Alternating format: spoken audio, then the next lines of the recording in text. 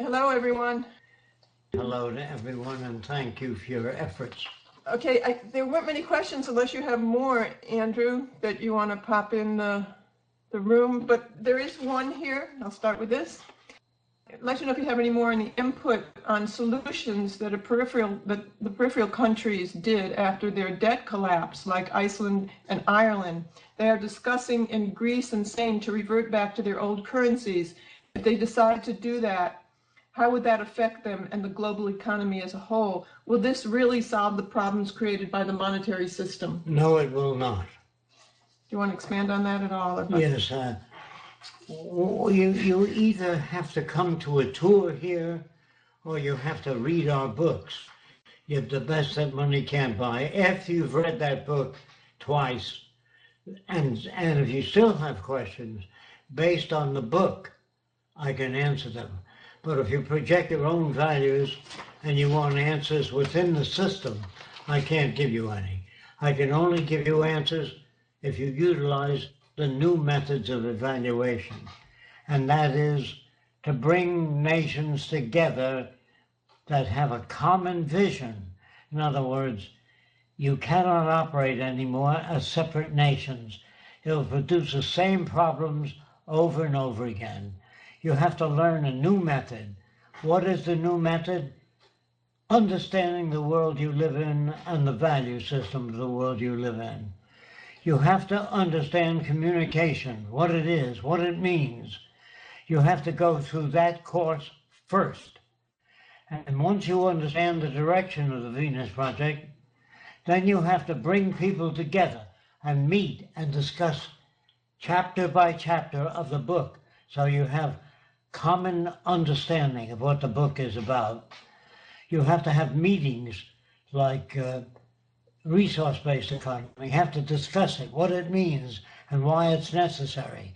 Once you convince people that the resource-based economy is one of the only means we have of arriving at a saner world, a sustainable world, you cannot arrive at that unless you accept the basic principles. And if you don't accept the basic principles, then you have to ask questions related to that. Say, well, how will that help me turn other people around? You have to do that. We have to declare the earth, I said this many times, as the common heritage of all the world's people. Then you have to get nations to join together and become one. The more nations you can get joined together by advocating the aims of the Venus Project, not some other direction. Once you attain that, then people will know what to demand. They don't know what to do today. So if you just go along with people making decisions, you'll have the same problems, because they are all victims of culture and they have to learn a new system. Without that new system, the system will not work. The new system is to learn the methods of science and to apply them. That's number one. So you have to meet once a week and discuss every chapter of the book, The Best That Money Can't Buy, chapter by chapter. And once people understand that book, then you can begin to work on social direction. Okay, can you recommend any good books to learn about the scientific method? The Best That Money Can't Buy. Should people watch existing Hollywood-style movies and dramas? They won't do you any good. Do you think that music should be extinct in the Venus Project? Will science be the main focus? Music can be used to help people understand. If you run a nature film, say of birds flying, you have a little bit of music, it helps emphasize certain things. But music of itself, not used in any context, like in a motion picture, you can use music to emphasize certain things. But music of itself can do nothing unless it's used as an assist device. how far do you take, quote, efficiency? People seem to think that we will constantly update everything without doing things like benefit analysis to work out if the amount of effort and resources used are worth it based on the project's projected benefit. I don't know what all that means, but I do know this. The more people that know about nature, growing food, the more people that know about industrialization and the reason for cybernetics, the reason for using machines. We want to use machines wherever jobs are boring and monotonous, where they don't teach us anything, where they're dangerous. We can overcome those things by using machines. We don't want people to operate elevators. We can rig an elevator so it stops at any floor. All you have to do is press the button. We don't need people standing in elevators. We don't need young ladies standing behind a counter in a department store. What can I do for you, ma'am? We don't need salespeople. So soon as you take people out of those professions that don't produce anything useful, you produce more efficiency in the relationship between people. Must everything be based upon science?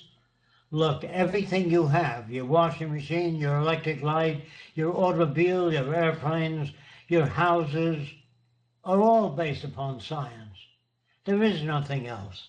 When I say there is nothing else, when you tell a person that plants grow without telling them that they need sunshine, soil, moisture, temperature, they need all those things. They just can't grow by themselves. Neither can a human being grow by themselves. They need exposure to information. They need exposure to nature. They have to understand what their relationship is to nature.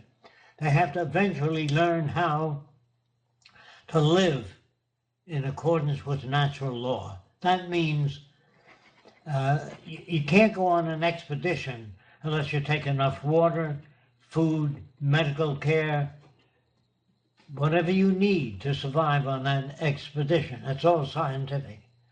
You can't go to the moon unless you bring water and food with you, because there's no food and very little evidence of water. Until you perfect those systems, you have to bring food with you. You have to use, if you have 10 people, you have to bring enough food to support 10 people. For the duration of the period, you assign people to work on the moon. You can't put 500 people on a rocket ship and bring them to the moon, hoping that they'll survive.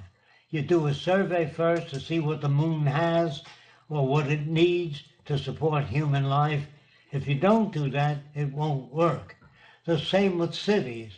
If you build a city in an area where there's no water, where there's no food grown, you're going to develop a problem for yourself. If you have a population far in excess of what that area can support, you're going to have territorial disputes. In other words, all problems are the result of insufficient information. When you gain information, that isn't a regimentation. That's a method of survival. In other words, people think that, well, must everything be scientific? There is nothing else that we know of. By scientific, I mean check it out. If you don't know what that means, if somebody tells you your car can get so many miles per gallon of gas, check it out. Just verify it, that's all. That's all the scientific method means, to check things out, verifiable, make them verifiable. But if you listen to people who say, if you pray and honestly believe in your prayers, things will work out. Well, when the Christians were being fed the lions, I can assure you that they prayed, but they were not spared. Whenever there's an earthquake, people pray, but a lot of people are killed. A lot of people send their sons to war and pray for them, and they come back in body bags. Prayer does not always work, and if you're honest, it takes an extreme form of honesty to be scientific. Scientific doesn't mean that you follow everything that science advocates. You follow only things that have been verified.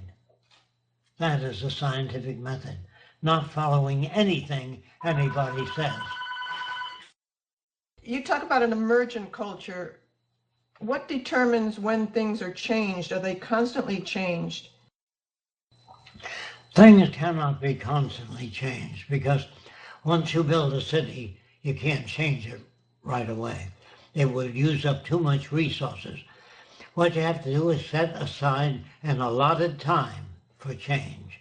Maybe every year you modify certain areas of the city based upon further research, not opinions of people. Only tested systems that are put to work. In other words, if you advocate a certain system, and if it doesn't work, you don't use it. That's what I mean by the scientific method. The same system applied to different people get different results. So you have to learn what you can apply to certain people with a certain background. If they don't have the background to understand it, you have to provide the background so that they can understand it. You're the one that has to provide that.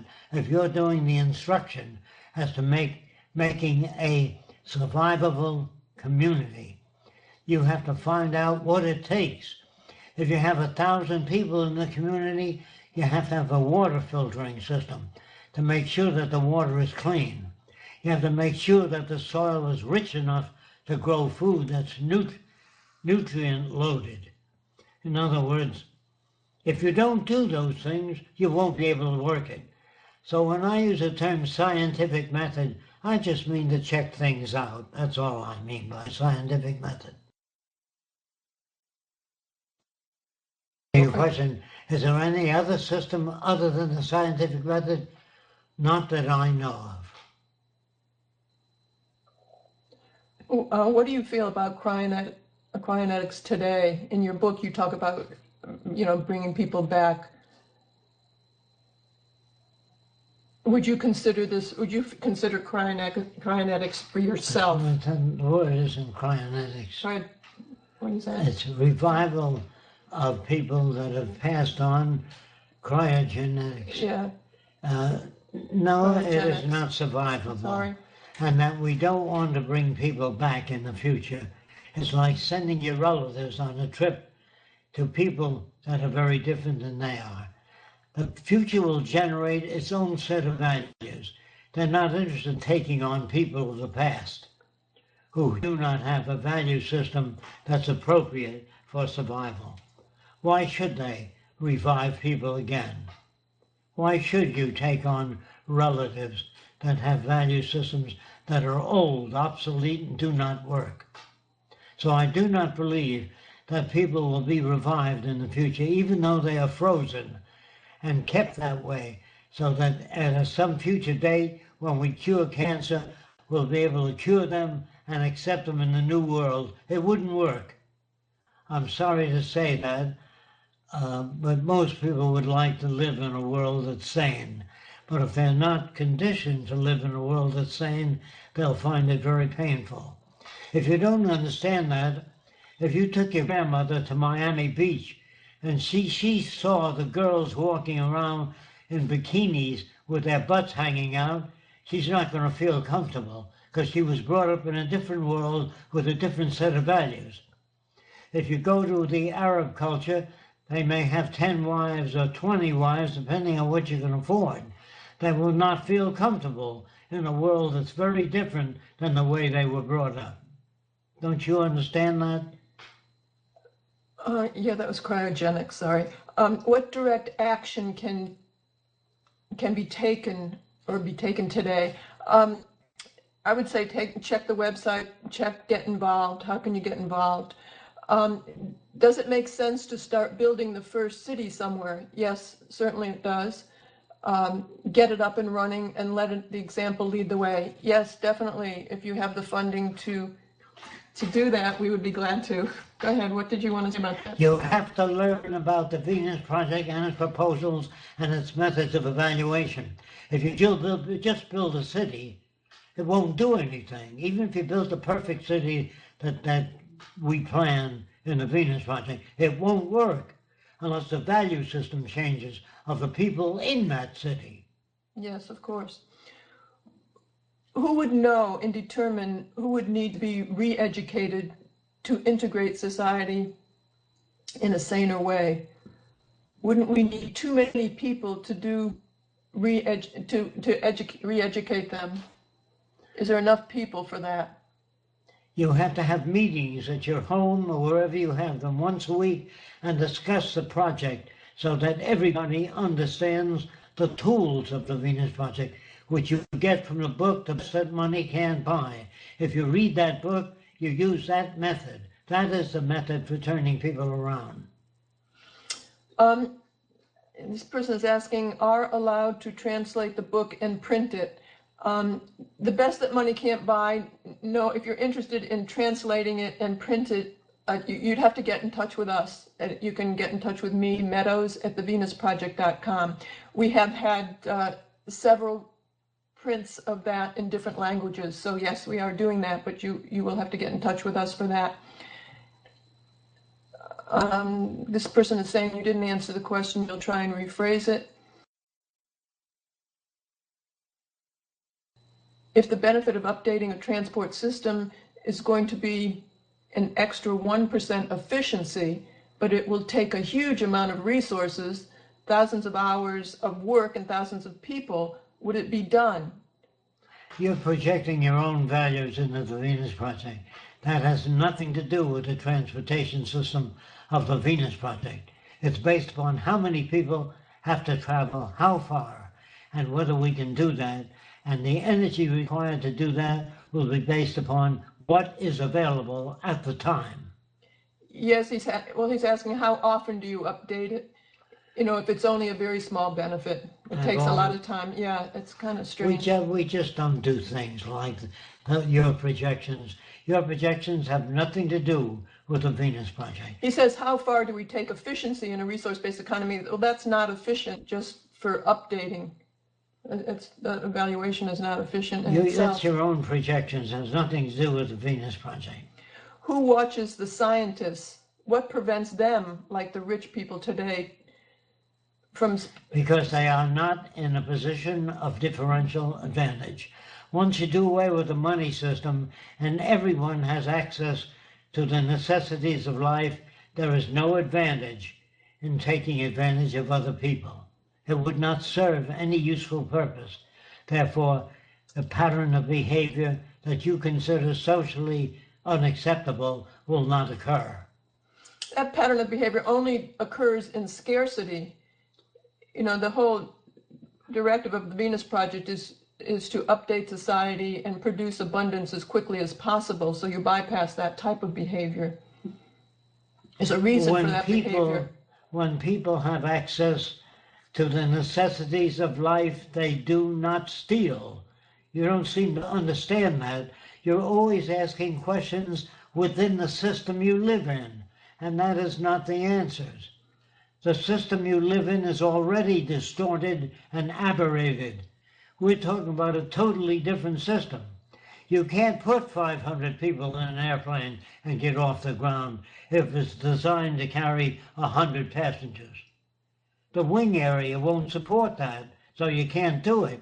In the system I'm talking about, you cannot do things that you do today, which is considered normal and acceptable. The system of the future is based upon scientific scales of performance. You just don't do things. You do a survey first to see if it's doable. You said that it's wrong to dress women. Do you think that in the Venus Project, people should all be naked? You better read the book before you ask the questions, because your questions are completely irrelevant. People will wear clothing in the future that's comfortable. Boys and girls will swim nude when they're very young. That'll do away with peeping toms and fetishes and all the things that you have to deal with today. By changing the conditions that people are raised under, you can eliminate patterns of behavior that are socially objectionable. What's your thought on the law of attraction, or in other words, the power of thoughts? I don't know what you're talking about. I really don't. You're talking about things that you've read about in this system, and this system is so aberrated in so many different areas that it's subject to different interpretations. Okay, I would like to make a YouTube video encouraging people to start the Venus Project political parties in their states, provinces. Do both of you have something to say about that? If you teach the Venus Project proposals, it's okay. But starting a political party without instruction as to what the Venus Project is about is missing the boat. Well, I guess if there was a Venus Project party, they would be instructing supposedly their platform of what they're running on. I don't assume anything. Yeah. I'm just telling you what you have to do. Okay, the main argument for political decisions is that there's not infinite resources. So a process of decision is made to distribute or apply them. Would you restrict the use of the things that were insufficient for everyone? Only during the transition, yes. If not, who would make decisions about where we would put those resources into action? If you read our book, you'll find out that no one makes decisions. They arrive at them by testing different methods. Well, he's saying that the need for politicians is that there's not infinite resources. Well, I don't agree with you. You haven't read our book. Who would determine how the resources are used? It isn't who would determine. The question is, how would resources be used? They would be used in any way that benefits people. If it doesn't benefit people, and if there's a lack of material, let's say we actually lack certain materials, then the research labs would go to work on making a substitute material that will work during the interim while we're developing new materials. I would say, too, that what determines the use of materials is that we already have an agenda set forth. We want to feed, house, clothe, medical care for everyone on Earth. So those are the priorities. The well-being of people and the needs of people and the energy systems that are needed to fulfill those types of needs. Yes, I would agree with that. Is there a location in mind for the construction date for the first city? That is not up to me. That depends on the nations that agree with this direction and agree to sponsor those directions.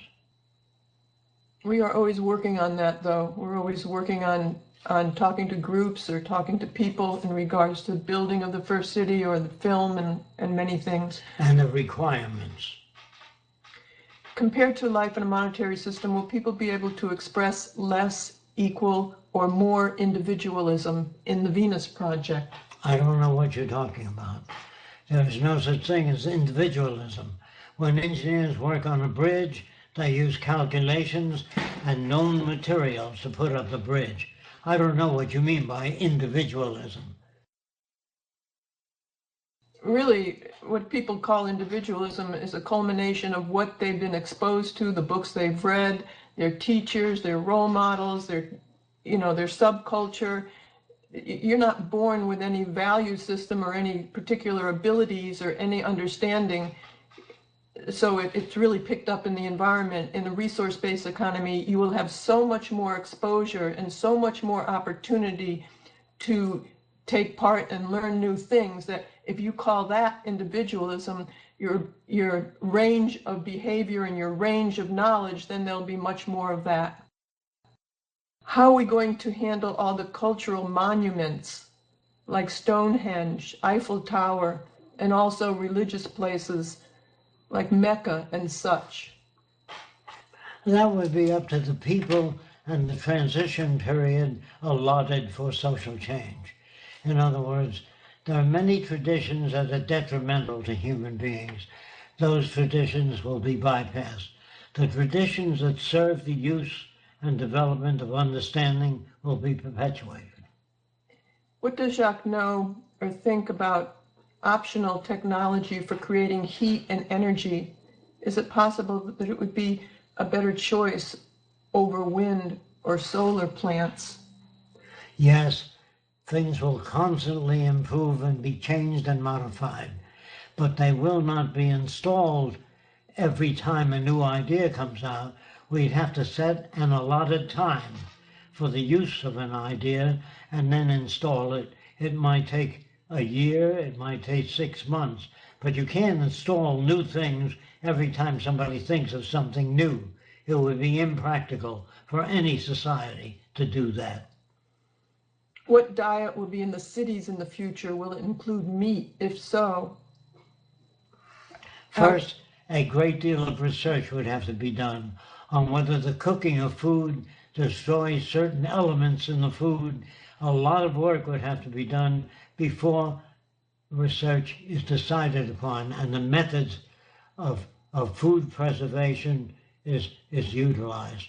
A great deal of information is lacking in that area. was The Best That Money Can't Buy translated into French? If not, do you consider asking the linguistic team to do it? Because I would like to translate it. I think the linguistic team is working on The Best That Money Can't Buy.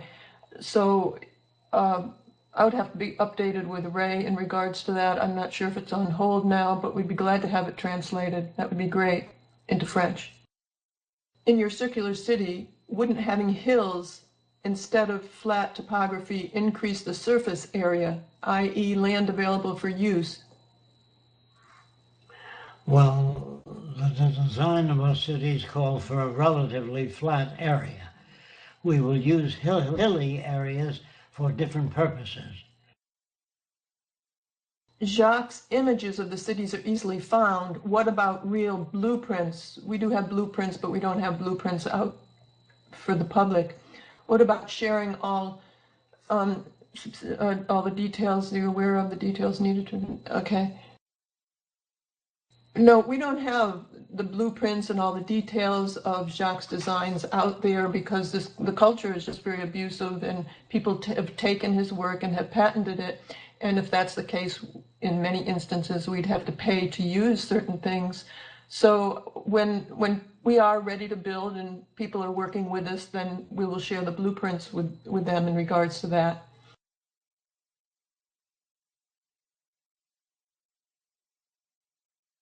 No, there are many people that can handle a computer. I can only point to direction and invent things to make those directions attainable. This person says, I don't think you understand my questions. I've read the Best That Money Can't Buy. The book doesn't exactly say who would determine that a certain person is unsane. How do you determine if people are unsane and therefore needs to be re-educated? How do you determine if somebody needs to be re-educated in the future? The same way you determine whether a person can get an engineering degree. They have to understand the basic principles of engineering. Everybody is tested to become an architect or any other profession today. You have to answer questions in electronics if you wish to work in electronics. And you can only determine that by putting them to test or testing their methods of evaluation. In other words, how well does the system work? If it works well, we use it. If it doesn't work well, we modify it. What do you think of neuroscience? It isn't what I think of, it's how productive it is. If it's productive and works, we use it. If it's not, we don't. How much material recycled from the old cities, glass, metals, etc., would be used in development in the new cities? It all depends on the time, the technology available at the time. Would people be able to keep their current possessions and move them into their new homes, or would everything be recycled? Most everything would be recycled so that it functions better than the older system. If it isn't any better, it will not be recycled. The person's asking if we don't have enough money for the screenwriter, why not put the full storyline up on the web available for volunteers, professional screenplay writers? and have the film technical script finished in a collaborative effort? Well, we are working with a scriptwriter right now. We'll just see, yeah, actually many scriptwriters. We don't think we want to go that route. Just put it up on the internet and work collaboratively. It really takes somebody to understand this direction, and working with Jacques a lot. And this is what we've been doing with scriptwriters. They've been coming down here, going to the tours, meeting with Jacques the next day, discussing a lot of things. So it's really a process that we have worked out that's working pretty good to try and find somebody, and it's coming along well. Let's see, number 3, how much or how little, if anything, will people have ownership of? Only the things you make. If you're an artist and you make a painting, you will own that. If you're a gem cutter and you cut gems, you can't sell them. You can give them to people you like, but there's no commercial expressions used in the Venus Project. You can give people gifts, but you can't sell things to people. You know, ownership is really a burden. I don't know why people would really want to own things, take care of things, have to purchase them again if anything goes wrong, get insurance. What you really want is the use of material when you want it. You don't want to own the earth. What good would it do you? If you own the earth and you live to be 72 years old, what happens to the ownership? It isn't ownership that people need. What people really need is the use of things when they want it. You don't have to own your Army airplanes as long as they work for you. And if they're kept in key condition and they respond as they should, you don't need to own it. You don't need to own anything. This is a very old carryover from the money system. When our modern purposes of life, this person is talking about the purpose of life as being wealth has disappeared in the Venus Project. What would you attribute to the understanding of the quality of life, the concept of quality of life? I don't know what you're talking about. I don't understand. This person says, Jacques, do you understand the concept of quality of life? When our modern purposes of life, such as wealth, have disappeared, how will the Venus Project contribute to this concept of the quality of life? You have to read the book again. You haven't read the book. And apparently you're not able to extract significance from what you read. Those are old questions, part of the economic system that you're brought up under. They have no validity in the Venus Project. This person is saying the nations will not agree with this direction. We have to start within governments, surely. South America or Africa, a place no one uses, would be a good place. Once something is begun, more people would join the fund and assist. You're projecting your own values again. We don't rely on people evolving on their own. They have to be educated. No, he's saying that, yeah, that's true. The nations will not agree with this direction. I can't deal with that. Yeah, I mean, we are working with, we get so many people approaching us who want to do the city in different places, in South America, in Africa. So and they're not necessarily governments. We're not really just relying on governments. So we're working with this in many different areas. Could you comment on the idea of majority rules, 51%, deciding on the course of action or implementation of an agenda versus one leader or a small group guiding the agenda's direction over the long term after the transition period? I still don't know what you're talking about. In other words, you always have a chief engineer or a chief chemist or a head surgeon. That is a person with a great deal of experience, and they recommend the direction to be taken. In other words, if in you that want area. Yeah. Yes, each person functions in different areas. A bridge engineer designs bridges. He doesn't tell people what to eat. Dietitians do that. And dietitians get their information from statistical studies of food deficiencies or nutritional deficiencies. A, a telegrapher or a person that works with electronics deals with electronic problems. He doesn't deal with shoes or clothing, that's another department. In other words, people that are qualified in a given area make recommendations, but they don't make recommendations based on their own opinion. They make recommendations based upon tested systems only. Also, this person that's talking about us seeing the agenda, it's not a small group guiding the agenda. I think people really all want the same thing. You know, as we always state, clean air, clean water, arable land, medical care, relevant education, you know, and so we're laying out where we want to go. When you have the monetary system, then you have small groups of people usurping the means for accessing resources and dictating to others what their range of behavior will be through the media, through education, because they control all that. So this has nothing to do with that, a small group of people directing this. Let me say it another way, Roxy. Sure. Whenever you go to work for any corporation, the minute you punch that time clock, you're in a dictatorship. They don't ask you what you'd like to do. They assign you different jobs to do. In other words, don't you see that? Whenever you go to work for any company, it's a private dictatorship. Think about it. Even your education is dictated by how much money you'll get, mostly to determine what kind of lifestyle you have. You don't always study the things you want to study. You study something because you have to have a job and you have to make money. So your life is so restricted. Even your thinking is restricted because you don't get the range of education and exposure in this culture. What you get is just to perpetuate this culture. So in the Venus Project, it would be quite the opposite. And there's nothing about a majority ruling. There is no voting.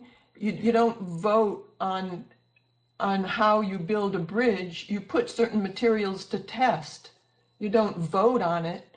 It has nothing to do with voting. It becomes a logistical and technical problem to house, feed, clothe, educate, create a high standard of living for everybody all over the world. It's not a voting problem. It's not an opinionated problem.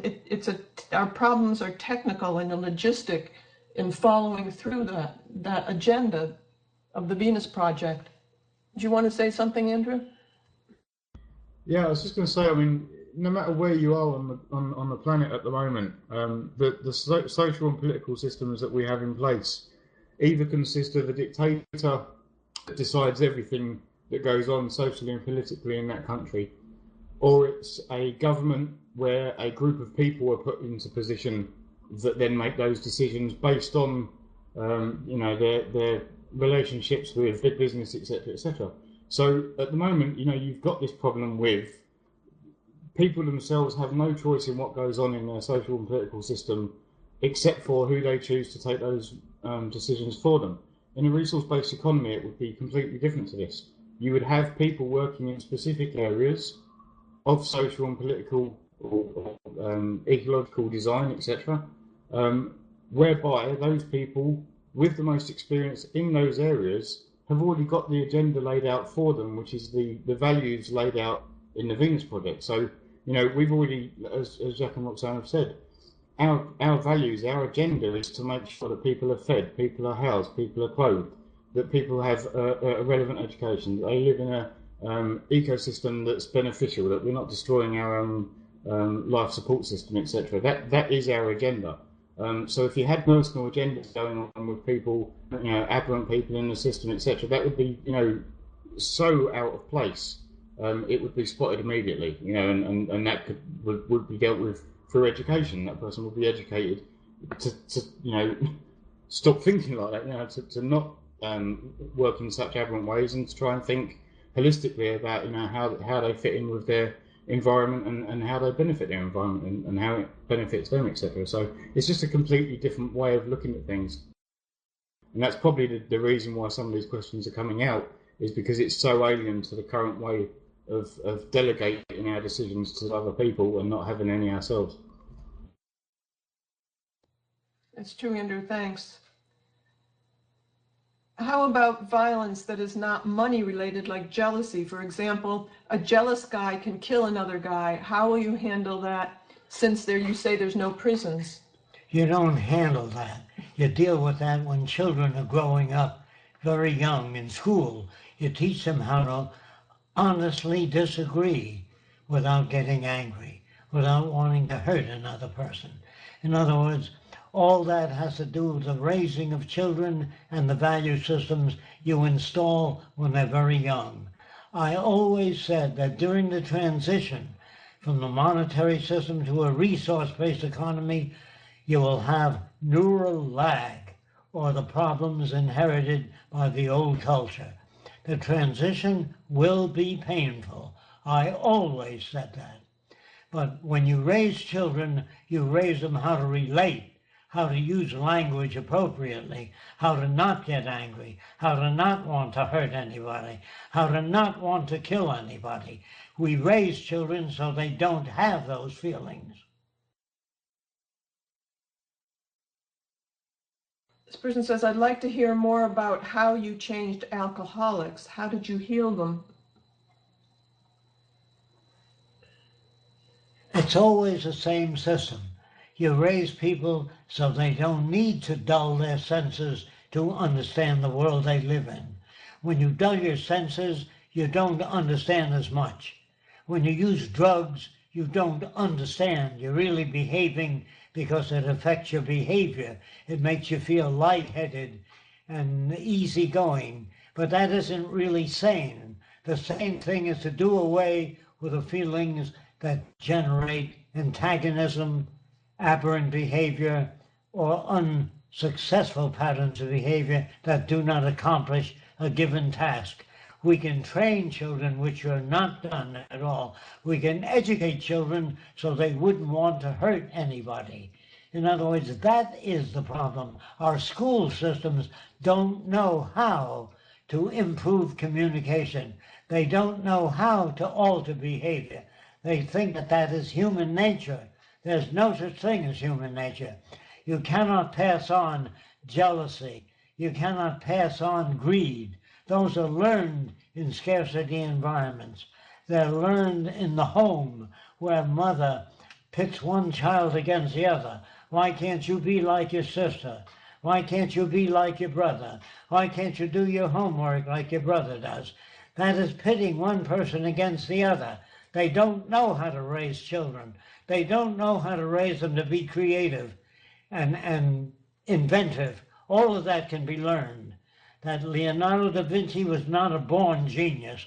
He associated with people that talked of gears and levers. Every futurist in the past had talked to scientists about the future of technology. They don't get ideas by themselves.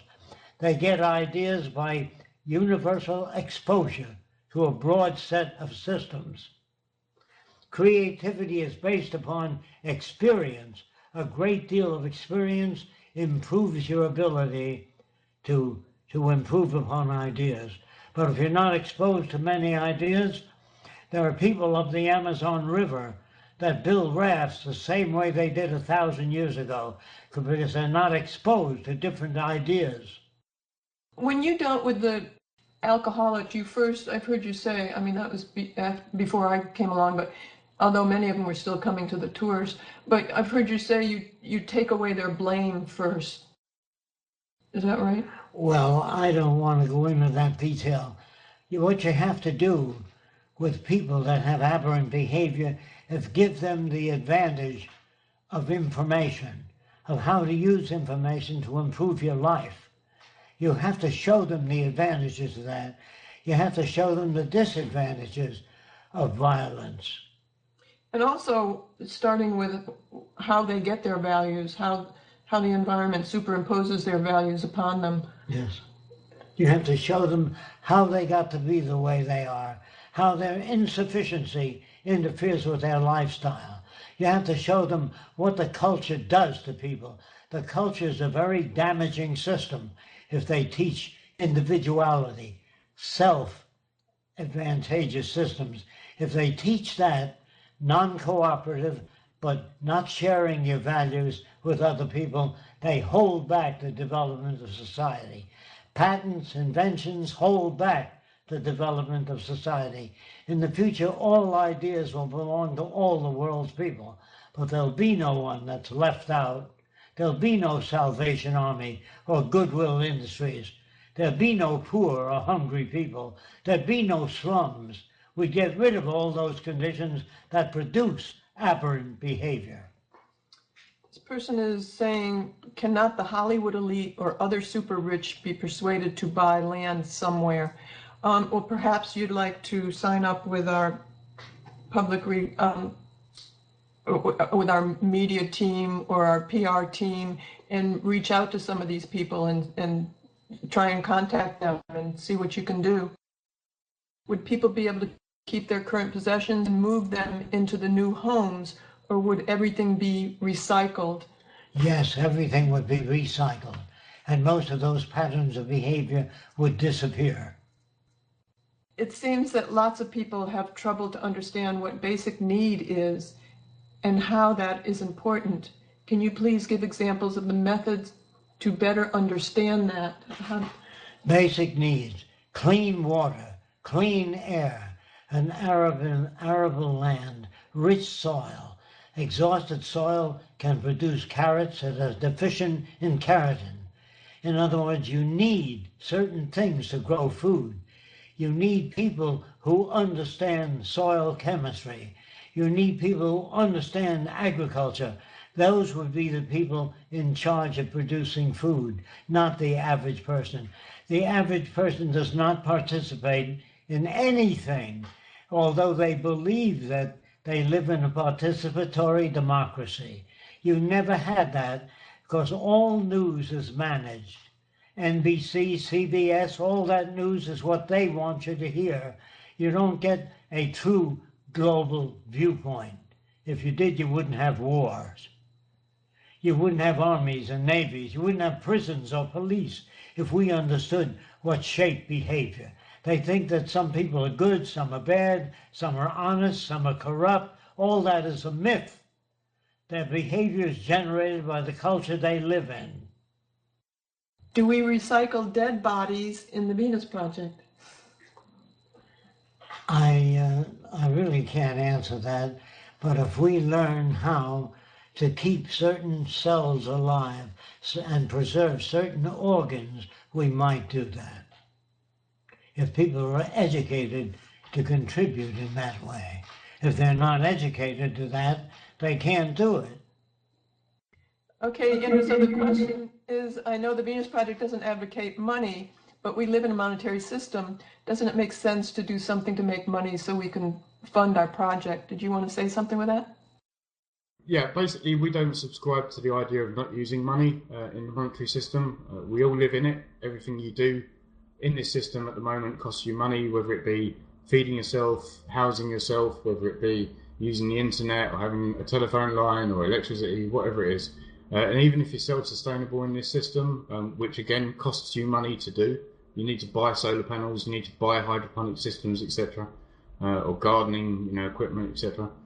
So there really is no way to live without money inside of a monetary system, unless you want to be at the lower end of the scale in complete poverty. So obviously there's a lot of projects that we want to do that will take money, for example the movie, and we do need funding mechanisms for these. At the moment, obviously, we've got a donation system going on for the script money to get a script writer to work full time on the script with Jack and get the script written. The plan then is to obviously take that script that's been written and take that to various studios and try and get a studio to actually take on and fund and actually develop the movie project. There are other sort of mechanisms that we could use and that we'll be looking into. One of the things that we were looking in for TVP design, for example, was that if we produce something like a Venus Project game, or if we produce something like a certain, a collaborative software environment that, could be used by companies, for their own uses, internally, project management, things like this, or if we've made a game, these could be commercial projects. These are things that we could actually put some commercial value to, and help to fund some of the projects that we're trying to get started. So, if you've got experience in funding, or if you've got experience in marketing, or if you've got experience in any areas where you feel, business, for example, where you feel you could contribute and help to develop up plans for making money to pay for some of these projects, then, we want to hear from you. Thanks, Andrew. Is there a slight chance to get the Venus Project in school? I mean, like a 4 to 5 hour lesson every week. I don't know if we've already tried this. Jacques lectures at universities when really, well, professors or teachers request it.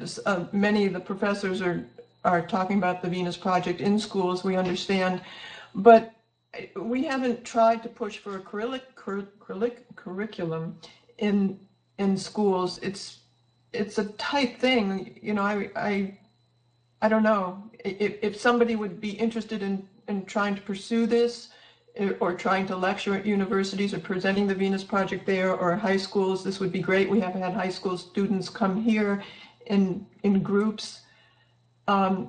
So, join some of the people who are trying to do outreach in the Venus Project and get involved, the PR teams or the media team, and trying to reach out to schools. We can add this on the list as well. How important of an impact do you think great art and architecture has on people and societies? Do you think functionality, efficiency should always be considered before the aesthetic, artistic factor? I'm asking this because some of the greatest pieces of art and architecture I know can be considered quite inefficient and resource wasting. It all depends on what you want. Do you want a world without war, poverty, hunger? Then you have to use things intelligently, meaning not wastefully. And if it's wasteful, it hurts a great deal of people. It may please some people aesthetically to have a monument to the soldiers of World War II, but I would rather take that money that it costs to put up a monument and buy stuff for the Veterans Hospital, artificial legs, MRI machines, X-ray machines, whatever that hospital needs, not a monument. And the notion of beauty and aesthetics is purely conditioned. Yeah, it's purely conditioned, as Jacques says. There really is no such thing. As I've learned about architecture from Jacques and what's efficient, and the efficient use of materials, and say a dome uses the least amount of material to cover the most space, that is beautiful to me. After I learned the meaning of a dome and why he builds domes or other types of structures and how he uses materials, that becomes beautiful to me. And when I see old Victorian architecture that's just for ostentatious waste and to show how much people can afford, that looks old and decrepit and really destructive and self-indulgent. That doesn't look beautiful to me anymore. So your notions of aesthetics will change as you get more educated into with the meaning of, yes, and the intelligent use of materials. Okay, have you tried contacting the likes of Sam Harris and Richard Dawkins, who are supporters of a rational society? No, we should put them on our list. We've talked about contacting them here, but we haven't done that yet. We talked about sending them the book, but we haven't.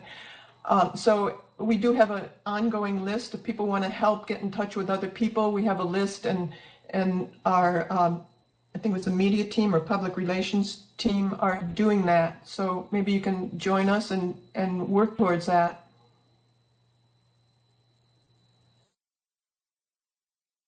Okay, why is the focus on the project on large quantities of people on the bottom of the pyramid spread around the world? Why the focus of the project is on large quantities of people.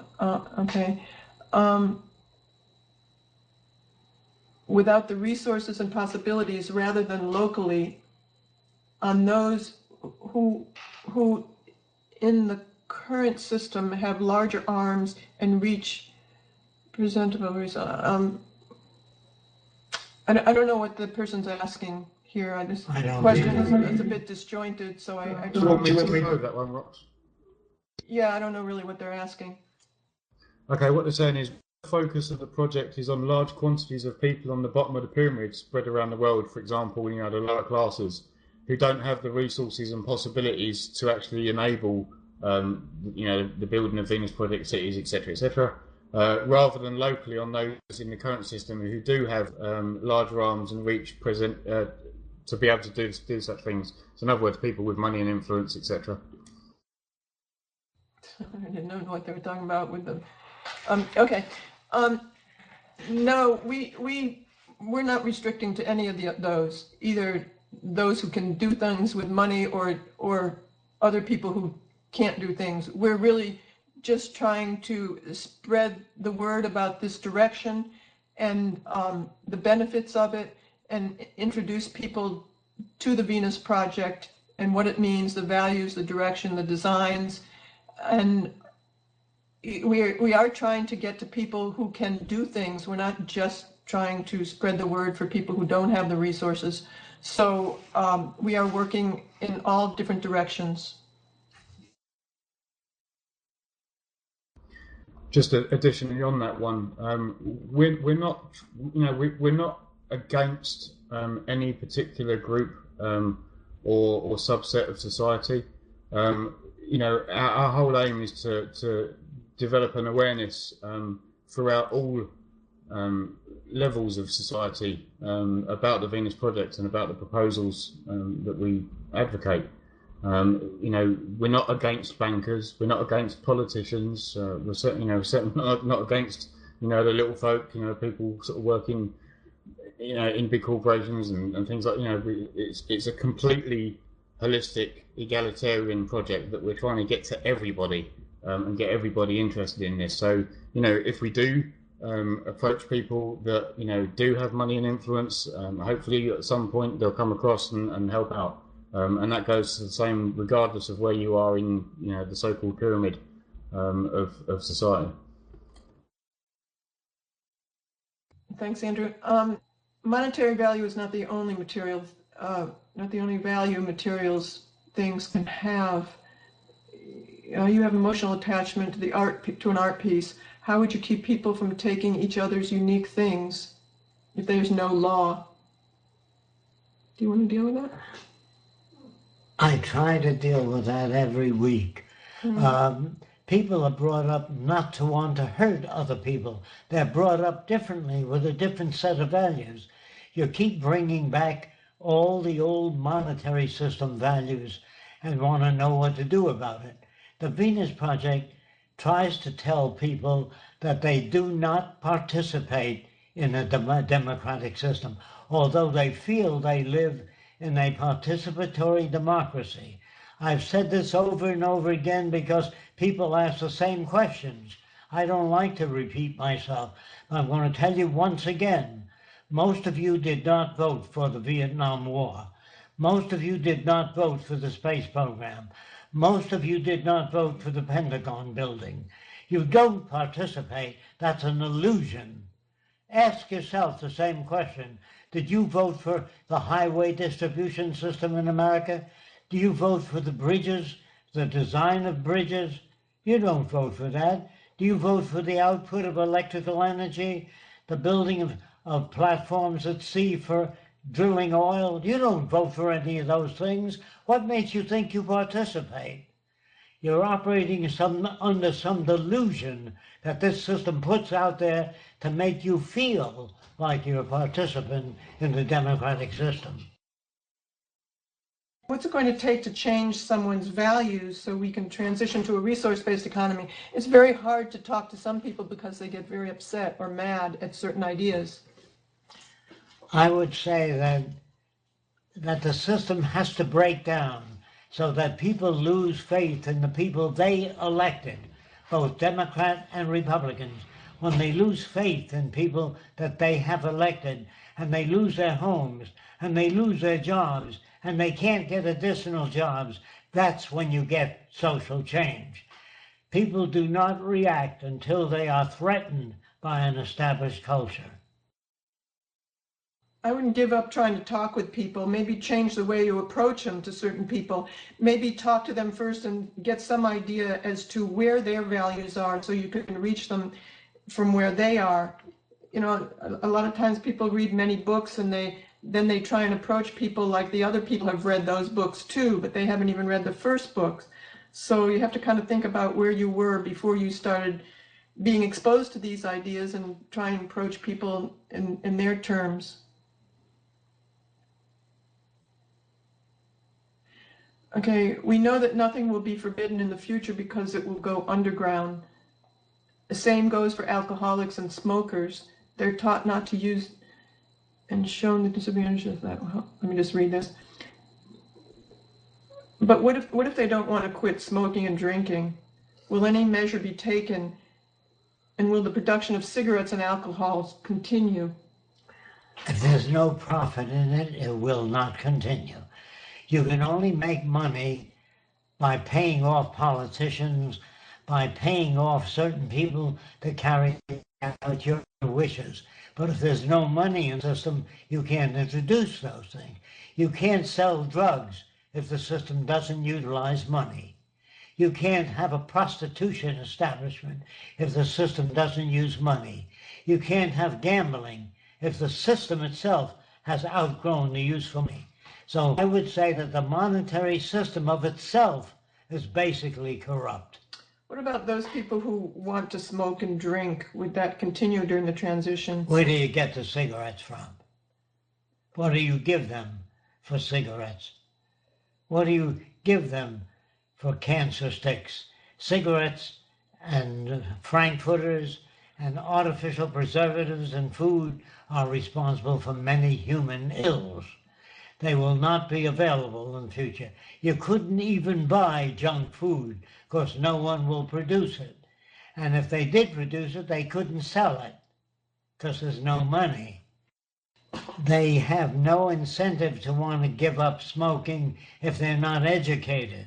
They have to be educated to the disadvantages of smoking, not only for themselves, but their children and their friends and associates. When you smoke in a building, it gets into all the fabrics and everything else. The people of the future will be brought up not to want to do that. Don't you see that we honor the king because we're brought up to honor the king? We respect the church and the ministers of the church because we're never given any other point of view. We're not given the theory of evolution in schools. We're not given the multiple value systems. On Sunday you have religion. You don't have what different people believe all over the world. You don't live in a democratic society. If you did live in a democratic society, you would have all religions on the air. What different people believe all over the world. You'll have what people don't believe, where people are atheists, agnostics. You'll have every point of view in a democratic society. If you just have religion on Sunday, it means that you don't live in a democratic society. I already was a psychology student, and when I met the Venus Project, it is not my idea to fit people into the system established. Do you consider that a job can be done to raise awareness, to bring about change in mindset, pointing to the transition from social psychology, from the institutional analysis, socio-analysis? Yes, I think you can do a lot of good. If you get your PhD in psychology, you can inform people as to newer approaches and better approaches than the ones established in the monetary system. Do you have any technology for the first city, or only designs and ideas, or only designs for such technology? No, we have specific methods of operating the city, building the city, the design for materials and how to use them wisely. We go into all the details necessary to build a new social system. I guess that's it for this week. So we really appreciate you coming and listening and everything that you're doing to help spread the word for the Venus Project. Yes, this is so. Again, we cannot thank you enough, even for the questions you ask. But most questions are not really well thought out. They're within the system. They're the kind of questions that are raised in a monetary system. If you raise children to share ideas with one another, rather than outdo one another, outperform one another, if you raise them to be competitive, you're hurting people. This is what the message is all about. We do not raise people to be competitive. We raise them to share ideas, share knowledge. This is how society grows, by sharing ideas, not keeping them private. Okay, we'll see you next week. Thanks, everyone. Yes. Thanks, Jack and Roxanne, again. Great Q&A. Thanks, everyone, for coming. Same again next week. If you'd like to put your questions in before next week, you can send them to questions@thevenusproject.com. Normally what happens is those questions that go to that email address, they're the first questions that are asked, and then any questions that are posed to me through the private messaging system of TeamSpeak are then asked afterwards. So if you want to get your question in early, please send them to questions@thevenusproject.com. Thanks everyone for coming, and I'll see you next week.